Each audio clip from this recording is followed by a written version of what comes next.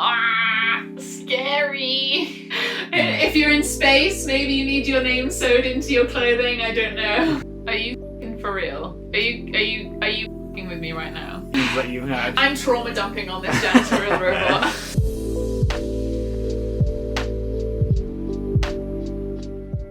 Angels, welcome back to another video. My name is Ro and today we are kicking off campaign 2 of TBRPG. Now campaign 2 is going to be a little bit different from campaign 1. Campaign 1 we were just having a good time, you know, chilling, figuring some stuff out, constantly changing and trying things out. This year is going to be a little bit different. We are starting out with a sci-fi campaign. Jord is really excited about this and so am I, but he is, I think, more excited because he knows what's coming and I have no idea. Today we're doing my February TBR. We did already do my January TBR back in December and it didn't feel quite right to be kicking off a new thing in December, so we did a Christmas special with Jade if you want to check that out. And today we're just kicking off the brand new year's 2022. Brand new reading goal, which for me is 100 books, which I think is going to be a bit of a stretch, but we're going to try. And today, in fact, I am actually once again sponsored by Ana Luisa. They contacted me again after the Christmas promotion, and today we are bringing you the Valentine's promotion. So it's coming up to Valentine's Day. You guys, it's more for me, I think you're going to treat yourself.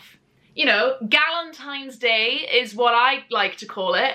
Me and George don't really celebrate Valentine's Day, but if you have a partner who likes jewelry, very simple, very understated things. I'm wearing quite a few pieces today because I'm wearing quite a few from last time and from today. To be honest, I really like the kind of layering stuff that they're trying to do. So today I am wearing 2 different rings. One is from last time, but the brand new one is kind of like an adjustable ring right here on my, not my ring finger, but it's because it's on my right hand, but I really like this because I can fit it onto a couple of different fingers. I did try to layer it up with this one from last time, but it is a little bit chunkier, this one, because of the way it goes round, so I decided to put them on 2 separate fingers. And then also I am wearing a layered necklace. So this is the Willow layered necklace. I think it's really simple, really understated.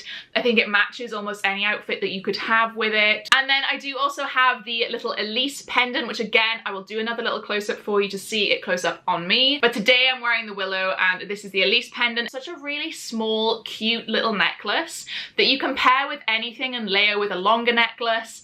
This doesn't quite work with the Willow one because they're about the same length, but if you had a longer necklace to pair with this, I think it would look really, really cute. You guys know I don't really tend to wear jewelry, but this stuff, especially since the first time round, I've been wearing it a lot. I had this ear cuff from last time. Again, you can go check out the other video if you want to see the close-ups of the original jewelry that I got from them. But also, I did manage to get a few little hoop earrings. So these are super cute and these called Toda. Really dainty. Again, all of their jewelry is super dainty and super wearable, I feel, and I'm not a jewelry person, but it's making me turn into a jewelry person. And in fact, Ana Luisa have convinced me to get my ears pierced because I really want to wear these and the earrings that I got last time. I really want to get pierced by the same girl who pierced my nose because I really like her. So I think I might go to a piercing expert next time I go to Swansea. So you can get one of your loved ones or yourself the perfect gift for Valentine's or Galentine's Day. They have 40% off running at the moment. The link is in the description right at the top, should be right there, easy access for you guys. And yeah, just have a browse. They're a sustainable jewelry brand. I really enjoy them and really like them and I continue to wear their stuff even if I don't go out, which makes me feel a bit, you know, work from home, just pop a little necklace on and you're feeling good. Thank you so much to Ana Luisa for sponsoring me again, and please do check out the link in the description. Okay, there is one more thing to get into before we get started, and if you guys don't know, I do have a Patreon, and my top tier, they are called the Deity tier, and I have asked them to give me one of my physical books that I've unread on my shelves to try and get me to read them. I have tried to ask them to leave out my gifted books because I do have another spreadsheet that I will be picking something from today as well. I've asked them to give me a book off that and I've put it all into a little jar. It's not a jar, it's a mug. And this is a Winter Night Trilogy mug from Fairy Loot. It's really nice. So I have lots of different things in here ready to be picked, and I will be doing that right at the end after we have done everything from the episode.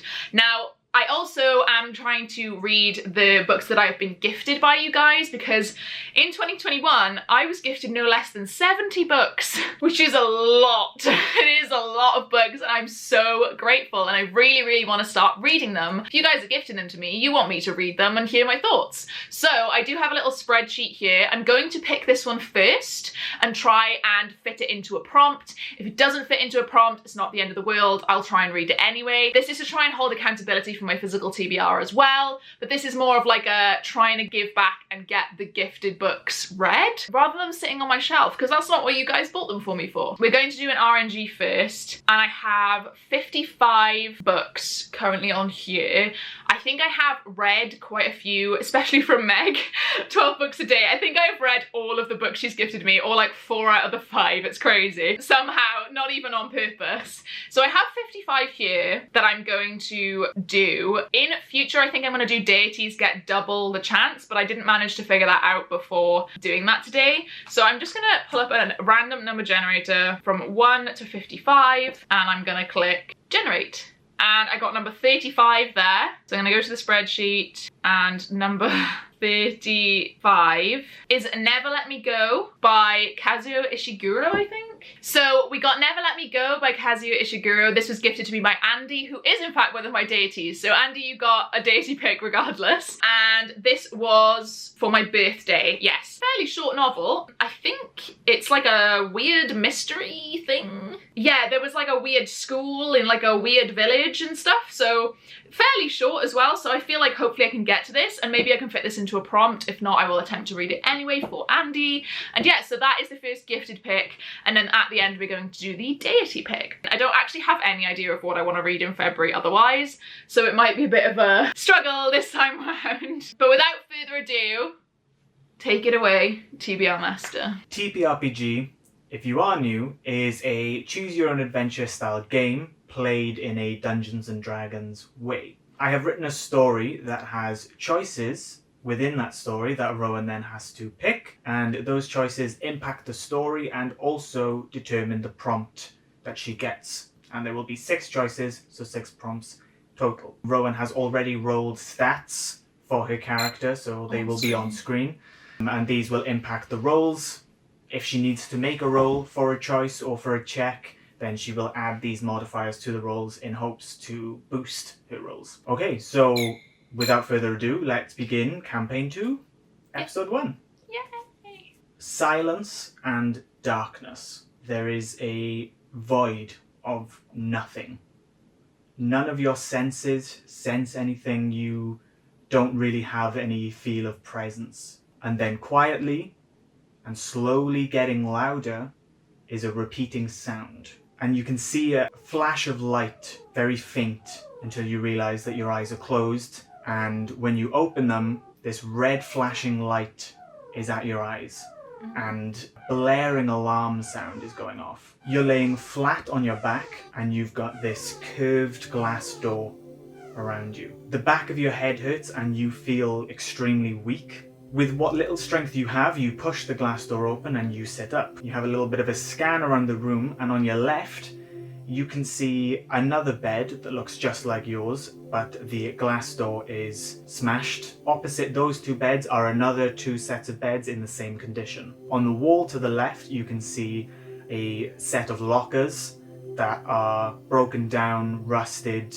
Very, very few still have their doors on, and the ones that are held on by dear life by a couple of rusted hinges. To your right, you see a large semicircle control panel. Above that is a large viewport as well that takes up half of the room. The control panel, you can see there's very few lights on it, some flickering, a couple of screens, some are smashed, some are broken. There's also 2 doors to your right back wall from where your bed is, and one opposite the other bed. There's some screens next to that as well, but those doors are shut. You look out the viewport next to the control panel, and you can see beautiful cosmic colours, stars that just litter every single inch from right to left. Galaxies swirling. They're all slowly seem to be moving to the left. You pan your vision to the left, and larger than the viewport can actually see is where they're all getting dragged towards. Black hole. wall? What you see outside is a massive black hole. Fuck. Ah, scary. And just from what you can see in your viewport, you feel like you're slowly getting dragged towards it too. It almost feels like you can hear an ominous hum coming from it, as if it's looming over you and the entire space around it. But you can't really think much because the alarm that's still going off is blaring and clouding your thoughts. So you need to figure out a way to shut it off. Now you head over to the control panel, and all of the working screens that you can see there, they have like a warning symbol on them. So they don't have any sort of buttons or messages on how to turn the alarm off. It's all just kind of flashing warnings. Right. Helpful. So there are a few physical buttons that you can press, some that have lights, but none of them are labeled. You can also see to the right in the wall is the speaker, but all the paneling around the speaker has rusted, fallen, so you can see the wiring behind the speaker as well. This is the very first choice of the entire campaign Of 2022. of 2022. You can either test your luck, press a couple of buttons, see if you can turn the alarm off, or just go and rip the wiring out.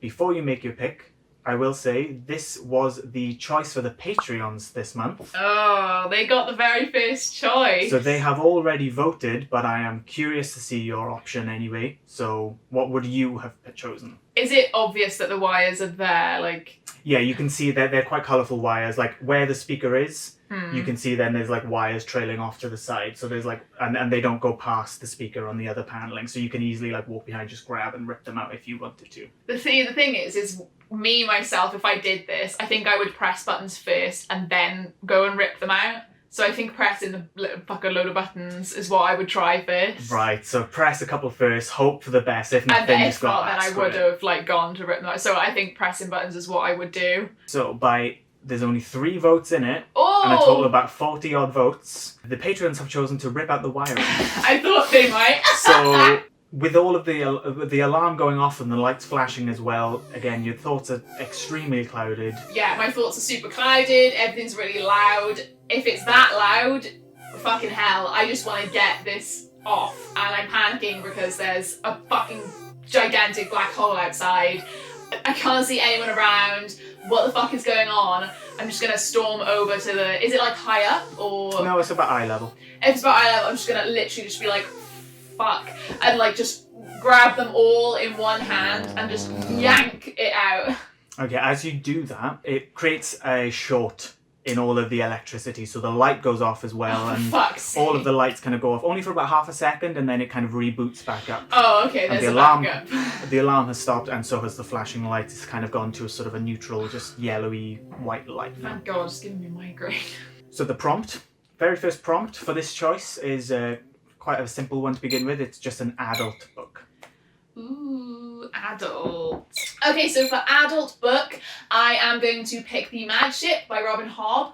This is the second in the Live Ship Traders trilogy, which is the second trilogy in the realm of the Elderlings saga. God knows what it's called, by Robin Hobb. It's like 16 books long. I read the first book in over like November, December. It took me about a month. And I'm hoping the second one will be a little bit of a quicker read because a lot of stuff has been set up already. I listened to these on audiobook on Scribd, so that can kind of be my audiobook for next month. So as the electricity reboots, you hear every now and again a groan or a stress of like metal. Like I said, obviously you've got this big control panel in front of you, and behind you now, directly behind you, are the set of lockers. So, I mean, if you want to just have a bit of a look around the room, have a little look at anything, if anything specifically caught your eye. Yeah, I want to look in the lockers, see if I can get my name, anyone else's name, anyone's like clothing. I don't know if they have their name sewed into if you're in space, maybe you need your name sewed into your clothing. I don't know. You can look around the beds if you want as well, like if if there's like a name on the beds, Yeah. if there's like allocated beds and stuff, yeah. Okay, so first then, because obviously the beds are on the way to the lockers. So Oh yeah, we'll do beds first. the beds that are dilapidated, the ones that are broken, the ones that you didn't get out of, don't really seem to have any specificity to any other people. Okay. There are a few, so there's like a small set of drawers built into the wall, but none of them really have anything in them other than just like paper that are kind of deteriorating over time. Okay. And there's none really in yours either. Oh. So with that, you head over to the lockers, and like I said before, most of them are the doors are already off because they're just destroyed. Blowing the bloody doors off. There are only a couple of, there's just some broken tools, there's some old fabrics of clothes that are long gone, a couple of hangers in there as well.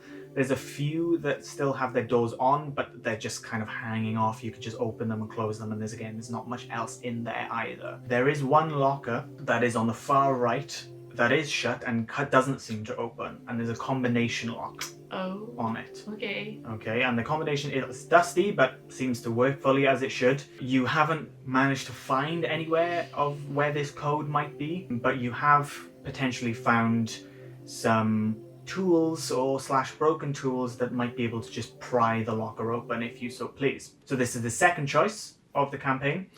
Would you prefer to look around the room, hopefully find a combination for the locker, or look around the rubble, hope for some tools, maybe a crowbar or something, to try and just pry the locker open? I would probably just pry the locker open. I feel like it's really unlikely I would find just the combination written down anywhere, so I'm just gonna try and force it open. You're just gonna try and pry it open? Yeah. So you rummage around the rubble of the lockers and some of the floor around it, and you manage to find a rusted but fairly big screwdriver. You look at the hinges, but they're too rusted to be able to actually work with the screwdriver to try and take the door off. You manage to kind of pry a little hole in the locker, get the screwdriver in. Now what I'm going to need you to do is make a athletics check, so a strength check. Oh god. To try and jimmy the lock open. I have +0 on this, so okay, first roll of campaign, let's go. By the way, this is from Jess, Magic Moonchild. Check out her Etsy shop in the description. This is a tray and I use it for my dice. That's a natural 1. That's a 1. Okay. You are leaning against it, trying to jimmy it open, and it sounds like it's about to give way, but you're not quite sure. You don't know if that sounds from the ship stress. Finally, you're pushing and you realize you got one last push, so you kind of put all of your body weight against it. The screwdriver snaps at the handle. You fall forward, you stumble into all of the mess of the lockers, and the dust and the mold of the fabric kind of just go all over you. The prompt for failing this, for being a hard lock to open, is a hardback. Hardback. For this, I am going to pick 6 Crimson Cranes by Elizabeth Lim. This is the lovely fairy edition. This actually is in fact the Deity Book Club pick. I do a bi-monthly book club for my deities only. It's a very exclusive book club, as well as the bi-monthly for everyone. So deities kind of get a monthly, if that makes sense. It works out that way. So 6 Crimson Cranes is our pick for the January kind of thing, but the live show for this I know needs to be in kind of a bit later on in February because of a lot of stuff going on. So I'm hoping to read this near the beginning of February. I've heard it's really fast read. I've heard it's really, just in general, quite a fun read. And this is set in the same world as Elizabeth Lim's other series, which was the Spin the Dawn duology, or the Blood of Stars duology, which I literally have done there. And I have not read that yet, but this is set 1,000 years later. Apparently it doesn't actually matter because it's just, one character shows up at the end and it's a bit whatever, I can read it whatever way round. So this is based on a myth of cranes, because the myth is that the girl, her family or all her brothers get turned into cranes, and if she doesn't do something, by the end she will also be turned into a crane. That kind of mythology, from China, I think, if I'm correct. So it says, Shiranma, the only princess of Kyoto, has a secret. She has forbidden magic. On the morning of her betrothal ceremony, she loses control of it, but then it catches the attention of her stepmother, who is also a sorceress, but apparently that's fine. She banishes the young princess, turns her brothers into cranes, and warns Shiori that she must speak of it to no one, for with every word that escapes her lips, one of her brothers will die. So penniless, voiceless, and alone, Shiori searches for her brothers and covers a dark conspiracy to seize the throne.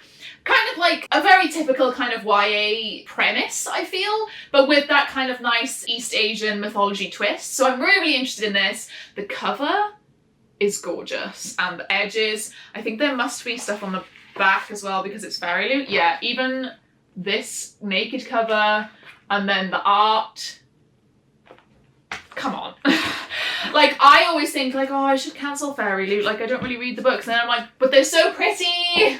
So, yeah, this is the Deity Book Club pick, and I'm super, super excited to read it. Nothing else of real interest around the lockers now. The only other thing that is sort of active within the room is the control panel. Obviously, you've got those doors next to the beds as well, if you want to try those. But doors as in just doors into somewhere else? Yes, yeah. Oh, okay, so there's a control panel and some doors. Yes, the control panel is at the front of the room, and then apart, like on the side of those walls, are the doors, and then the beds are just behind them. I think I want to go to the control panel because I want to see if there's some kind of controls that I can get some engine boost and like to get away from the black hole, because if it feels like we're just currently drifting through space, no one else is around, maybe that'll help somehow.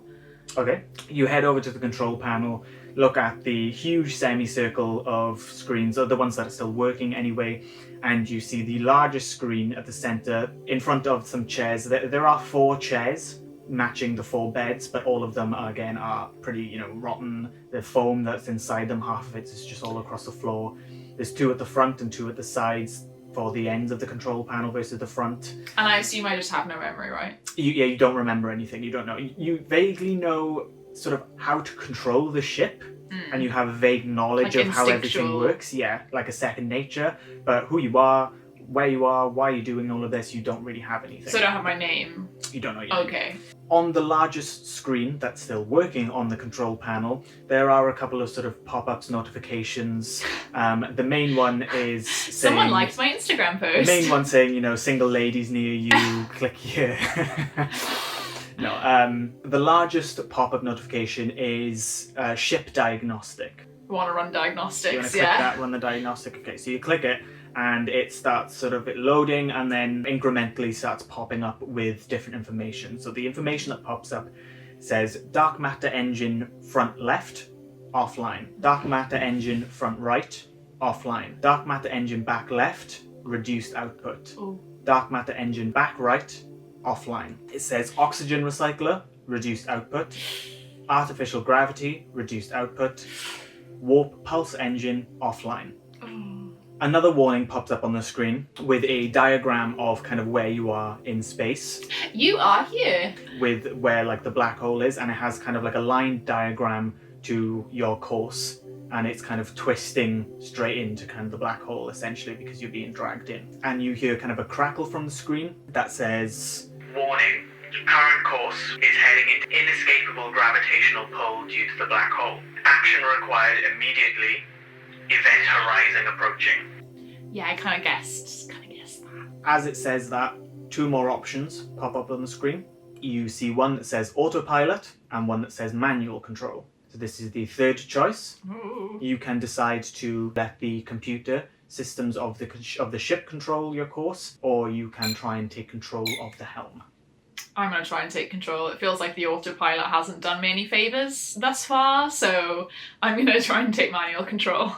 Okay. As soon as your finger sort of grazes the touchscreen and you hit manual control, you see the helm start like rattling, as if the autopilot had already been on and it was keeping it steady, and now that it's on manual control, it's going absolutely crazy. So you sort of jump onto it, hoping to try and like drag it out to the right away from the black hole. The prompt for this one, seeing as you're taking control, I chose the free choice prompt for this one. So you take control and you choose. Oh, I can choose anything. You can choose anything you want. Okay, now for this prompt, I am going to pick I Hear the Sunspot. This actually was picked for me in my November TBR by Spooks, but exams happened, so I am hoping to read this, and in fact the whole shebang of I Hear the Sunspot in February. Hoping it'll be a nice quick little read. I'm hoping to do a vlog for it as well, because it's Spooks' favourite manga. This is about a deaf kid, Kohei, who is going to school. He's struggling to integrate into life on campus until he meets outspoken and cheerful Taichi. He tells Kohei that his hearing loss is not his fault. Taichi's words cut through Kohei's usual defense mechanisms, and more than friends, less than lovers, their relationship changes Kohei forever. So I think this is gay. I assume. I haven't actually asked Spoops. I'm pretty sure it's like, I'm hoping it's like a slow burn kind of thing, because it does say more than friends, less than lovers, so maybe this will happen over the course of the series, but I'm really, really excited to read this, considering it's one of Spoops' favourites. I think that's going to be a really cute thing to read and cute video to make. So yeah, free choice, Ike and Sunspot. The helm is sort of fighting you as you try to jam it off to the right. On the screen you can see there's kind of like a power bar for the remaining engine that's working and the power output. So you thrust it all the way to its max output that it can actually give, and you feel an increased speed as the helm rattles harder. I'm just going to need you to make a bit of a standard strength check here to see how you do holding on. Okay. That's a 5. This dice should be in dice jail. This dice sucks. So you are not strong. Struggling, to say the least. It is pretty erratic, and the stress of the ship, the groaning, you can hear momentarily is coming a bit more now.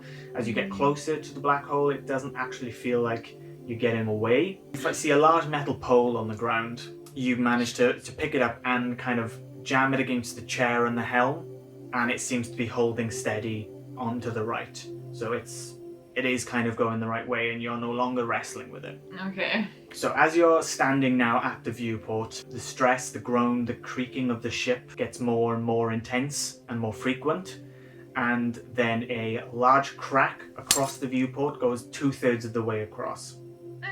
And a message warning comes up on the largest screen, and it says, "Repair required immediately on Duroglass. Janitor robot, only active machine on the system." And then it says calling with like a ...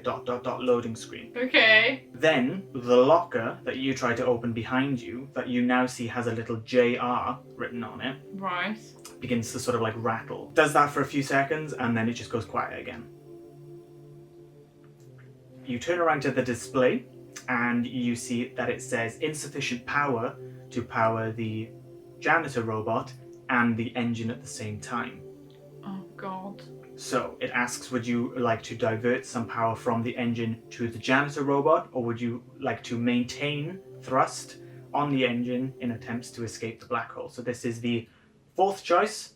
Would you want to power the robot or power the engine? If the janitor robot's the only one who can fix the glass, regardless of if I'm getting away, the glass is going to fucking break and kill me anyway. So I'm going to make the executive decision to divert some power to the robots to see if it can help me. Again, you press the robot option, and you see the power from... Give me the robot! The power from the engine stops, and you feel a halt in momentum. That sort of increase in speed is now gone, even more so, but you still feel that moving sensation of the black hole dragging you in. The locker, once again, starts to shake and tremble. So the prompt for this choice is companion. Did you just nick this from my TBRPG as well?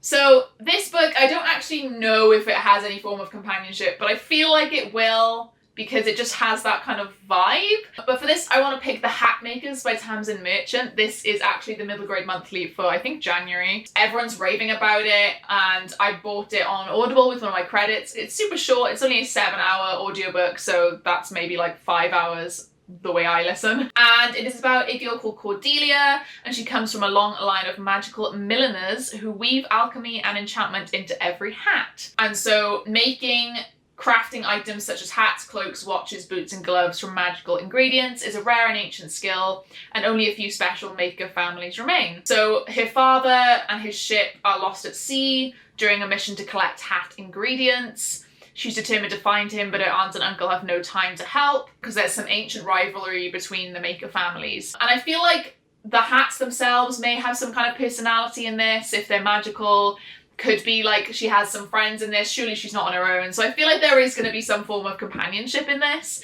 And to be honest, I just really want a kind of nice little middle grade to be able to read this month and have as like a backup to all my like epic fantasy that I've been reading.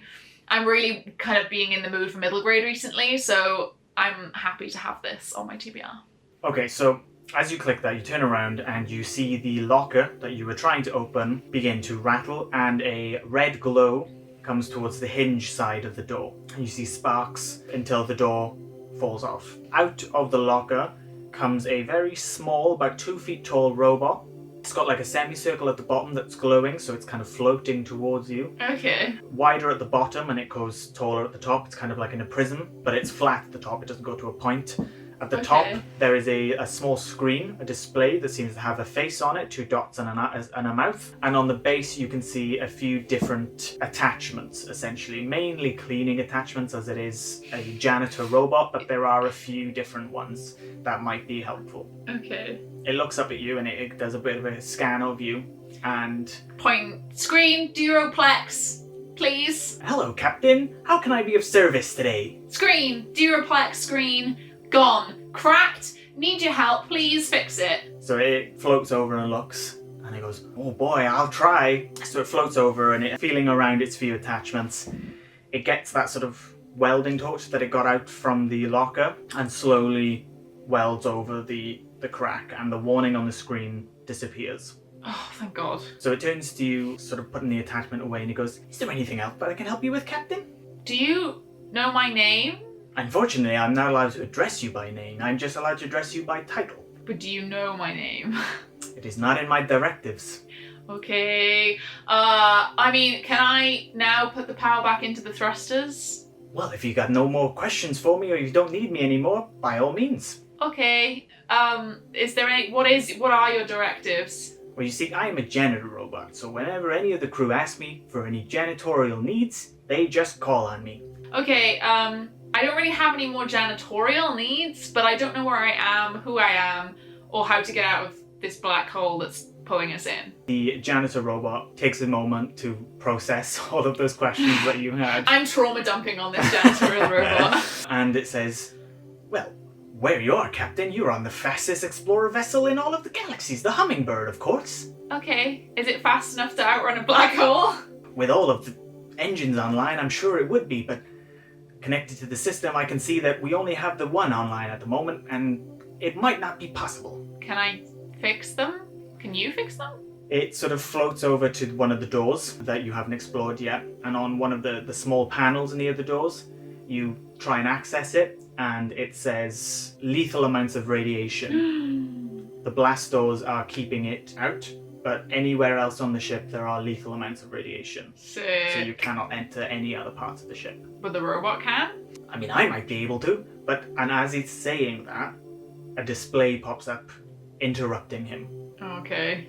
And it says, gravitational pull from nearby black hole now exceeds any possible output of power from the ship. Well, great. The ship continues to creak and groan. Metal panels you see on the wall begin to sort of wrinkle up a little bit. So you head over to the viewport and you near the helm, and now you can see how close you are to the event horizon and the black hole. You jam the pole out of the helm and you desperately, with anything you have, you divert power back to the engine and try your hardest to steer away from the black hole. The room, it feels 3 times wider, it feels like 10 times shorter, and then in the next instant it feels super thin, taller than you can even comprehend. 1 second feels like a week, and then a week passes by in an instant.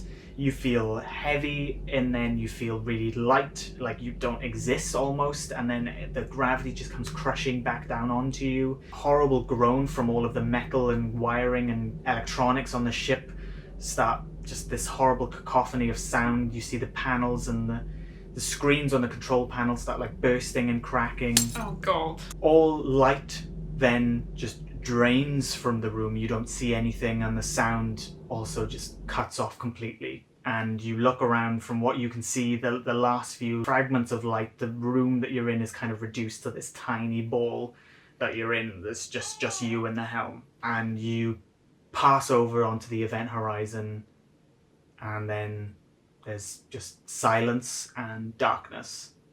A total void of nothing. None of your senses sense anything. But then quietly, and beginning to get louder and louder, Are you fucking for real? is a sound. Are you fucking with me right now? You feel a very faint light over your eyes and you realize that your eyes are closed. So when you open your eyes, all of your senses kind of come back and you see this glass door, an alarm blaring. Yeah. You're laying flat on your back on this bed. Yeah. You kind of look around in almost disbelief, as if you've just had a very strange deja vu dream. You see to your left a set of lockers, some dilapidated beds. To your right, a control panel. Yeah, I know. With a huge black hole in the viewport. Fuck's sake. So you get up and you kind of look around. You storm over to the speaker. You rip the wiring out again. It shorts. Electricity comes back on. You kind of head over to the lockers. You try prying the locker open again. It snaps. You head over to the control panel. End up doing the same motions. You know, instead of doing exactly the same thing, you find on the screen, instead of sort of diverting power to the engines, you immediately divert it to the robot instead, the janitor robot. It bursts out of the locker. There's no crack on the screen yet. You're not at that point yet, but the robot comes out. So the screen goes blank for a second once you sort of suggest that maybe he can go and try and fix any of the engines of the ship. And then a minute later, he comes back and he says, well, the diagnostics of the ship seem that everywhere is unreachable for you with lethal amounts of radiation. Yeah. Radiation for me, none for you. One of them's at reduced capacity, 3 of them are fucked. I need you to fix them quickly. Oh, okay, Captain. I'll give it a try. I'm sure I can get into some of these walls here that lost their panels, and maybe I can kind of weld my way in. Okay. What do you want me to do? Do you want me to... I'm only a janitor robot. I can't fix an engine. I could possibly repair the engine that's working, or I could try my hand at repairing the warp pulse drive to possibly get us out of here quicker. What do you want me to do? So this is the 5th choice. You can send the janitor robot to fix the engine that is currently working to give it a bit more power in hopes that that can get you out of the black hole. Or you can send it to the warp pulse engine room in hopes that that can do it and potentially warp drive. That one. I want that one. Oh, there. You want to send him to the warp drive engine. Get the fuck out of here. Okay. The janitor robot, he says, "Aye, Captain," and sort of scuttles off. And just before he scuttles off, he turns away and he says to you, "All of the crew just call me Junior, Captain," and disappears. Okay. The prompt for this choice is a highly anticipated. Okay. So for this, I'm going to pick Where the Drowned Girls Go by Sean Maguire. This is the 7th book in the Wayward Children series, just come out in January. I'm probably not going to get to it in January, but if I do, it doesn't matter. I'll be ahead of my February TBR.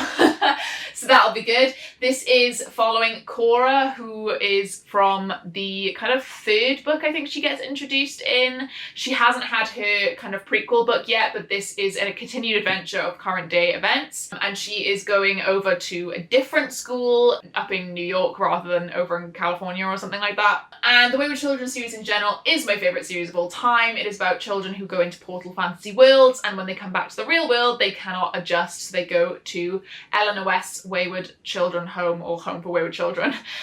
Wrong way around there. And the 7th book I've been anticipating for quite a while now, so I think, yeah, I'm very excited for this one, and I really hope that I really like it. You wait a couple of minutes after he disappears, and then you hear a beep come from the display on the control panel. So you turn and it's trying to open communication with Junior. And hello? You hear him say, "Making my way to the warp pulse room, Captain."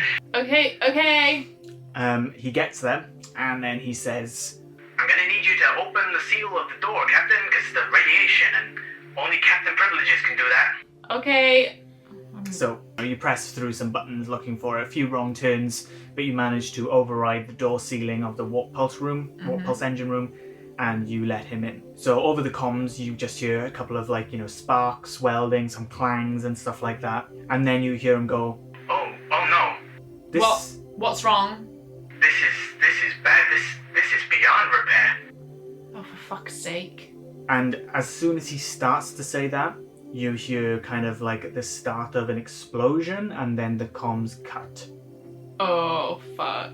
And a couple of seconds later, you kind of feel the ship rattling a lot more, and the locker wall of the cockpit just rips open with an explosion, and pressure rushes out and just spits you out into space. Silence and darkness. a void of nothing. None of your senses sense anything. This time, you jolt awake. Careful not to bang your head on the glass door. You swing the door open and you kind of sit up, look around, really take it all in at what is going on here. You seem to be repeating the same hour and a half before the black hole consumes you or something else happens with the ship and you die. You feel this sort of sense of insanity seeping in, feeling how are you going to get out? You try to send the robot to repair some of the engines and it obviously doesn't go well. The black hole just seems to drag you in. You're really unsure how are you going to fix it. But then the sense, almost like a relief, knowing that you can try so many different things and you can get the opportunity to get out and escape and explore afterwards. This is the sixth and final choice. There are three options. Okay. You can decide to spend this turn, this life, I suppose, investigating every single inch of the cockpit that you can in hopes of any information about the ship, about how it works, anything like that. You can decide to just destroy the cockpit if you want, just take a metal pole and just go crazy with it. Or you can decide to just go back to bed this time, just sleep it off, just have a rest. I mean, that is very me. That's why I added it in as an option. I think I'm gonna go back to bed. You're just gonna fucking screw it. I'm fucking done, mate. Yeah. I'll try again tomorrow. Okay, so the final prompt, I'll give you it first, as per usual with the final prompt, is paperback.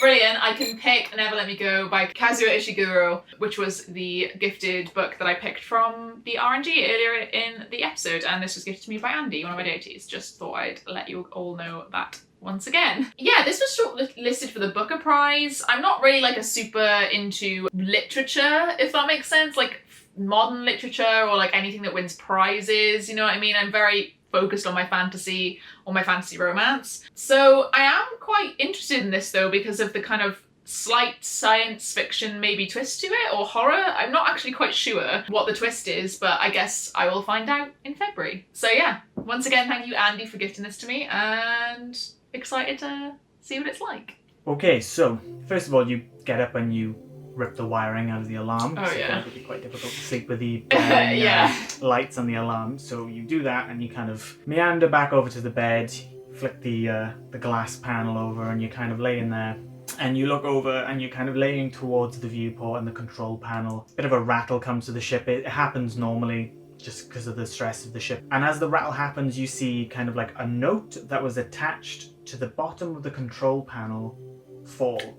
And your curiosity gets the better of you, so you open the glass door, you get up and you walk over to the note and you read it, and what it says on that note could potentially be the answer for you escaping the black hole.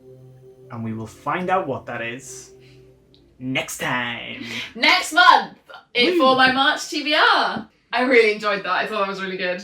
Okay. That's episode 1 of TBRPG Campaign 2 done.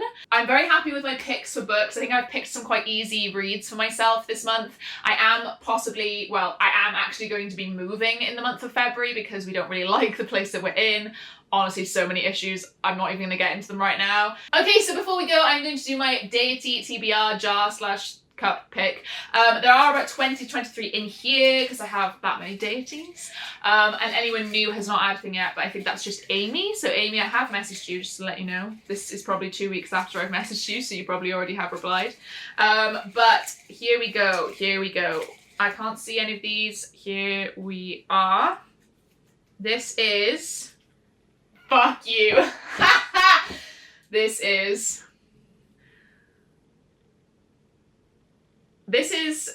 Kendra, Hero of Ages, which I have been putting off for nearly a year.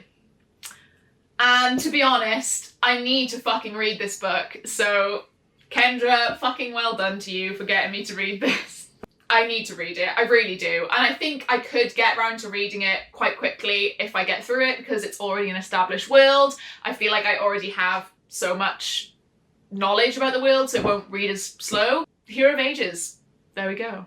Anyway, if you did enjoy this video, guys, please do give it a like. Check out the other TBRPG playlist for Campaign 1 if you are interested. Make sure you do check out that link in the description for Ana Luisa. It really, really helps me out. All of my other links are also in the description, including my Patreon. If you don't know what goes on my Patreon, then this is what you're missing out on. I tried to make a mouse swim, but accidentally drowned it when I was a kid. Nice. When I was little, my grandma tried to make me homophobic. I'm so sorry. Speaking of my Patreon, I want to give a huge, huge shout out to everyone at my deity tier. So that is Becca, Meg, Rachel, Lisa, Lydia, Mercy, Sarah, Tori, Liv, Adinda, Celeste, Britt, Marloose, Kay, Danny, Hannah, William, Chris, Andy, Lauren, Kate, Kendra, Ashley, KW, Lynn, Frog, and Amy. Thank you guys so much for all of your support, and I'll see you in another video. Bye!